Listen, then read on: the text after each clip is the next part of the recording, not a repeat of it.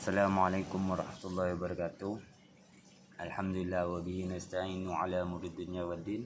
Wassalatu wassalamu asyrafil anbiya mursalin sayyidina wa nabiyina wa munkiridina Muhammadin amma ba'du. Kepada dosen yang terhormat Bapak Miskari, saya atas nama Khairul Umam dari kelas BS Hukum Ekonomi Syariah, saya akan menjelaskan tentang al-ijtihad. Al-ijtihad, bahasa Arabnya ijtihad, adalah sebuah usaha yang sungguh-sungguh yang sebenarnya bisa dilaksanakan siapa saja. Jadi al-ijtihad itu usaha yang sungguh-sungguh yang mana itu universal ataupun umum. Jadi dilaksanakan oleh siapa saja yang sudah berusaha mencari ilmu yang belum memutuskan suatu pelaksanaan dan tidak dijelaskan dalam Al-Quran maupun hadis. Jadi dengan syarat menggunakan akal sehat maupun pertimbangan yang matang gitu. Jadi kita itu mencari suatu ilmu yang mana tidak diterangkan dalam Al-Quran maupun hadis. Terus kita itu mencari suatu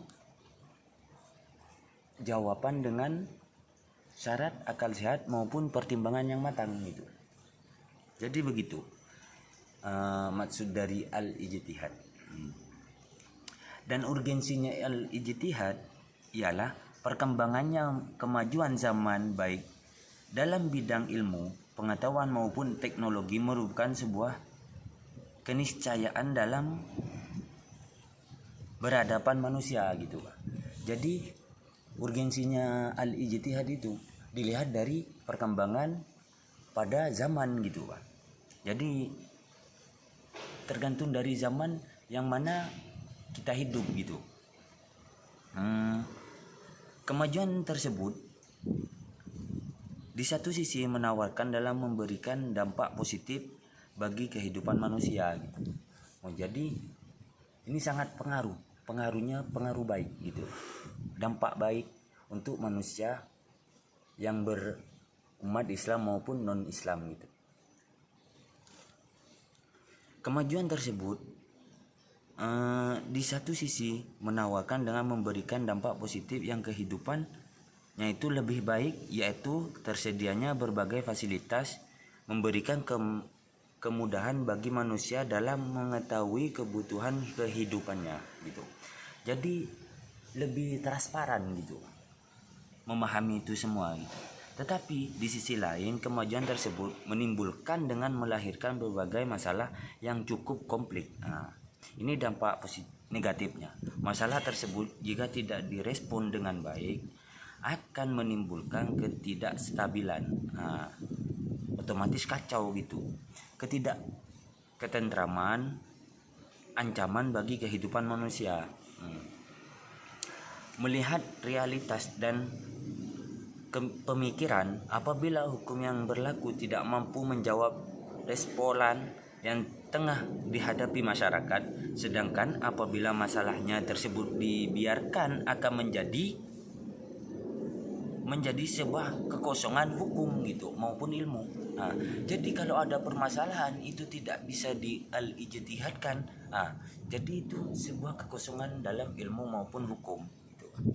Jadi hal ini dalam hukum tidak dibenarkan adanya kekosongan hukum tersebut gitu. Jadi tidak diperbolehkan. Dan harus bisa membuat solusi hukum yang akomodatif gitu. Mengatur segala permasalahan yang muncul dengan muaranya adil, membawa kemaslahatan bersama gitu. Bawa kemaslahatan yang baik untuk manusia bersama gitu. Untuk kemajuan permasalahan tersebut kini telah ditemukan sebuah instrumen yaitu ijtihad. kata kunci ijtihad ulama dalam hukum Islam. Jadi kata kunci al-ijtihad itu tergantung dari ulama-ulama Islam gitu. Jadi latar belakang Islam sebagai sebuah agama menawarkan sebuah konsep universal maupun umum gitu. Segala sesuatu sudah diatur oleh Islam secara konvensional maupun secara komplit gitu. Mulai dari hal terkecil maupun dengan sesuatu yang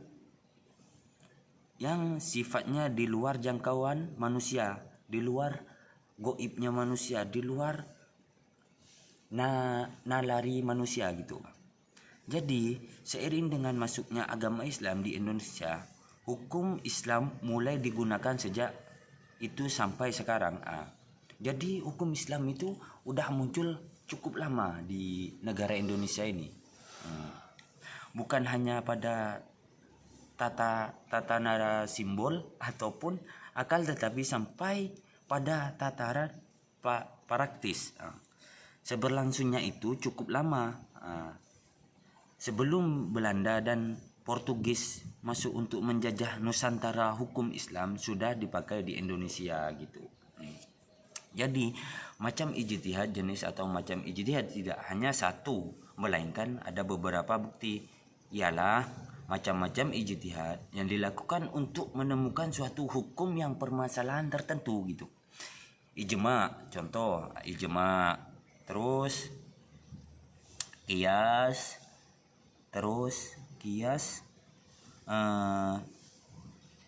masalah maslahat dan isbat, dan huruf gitu.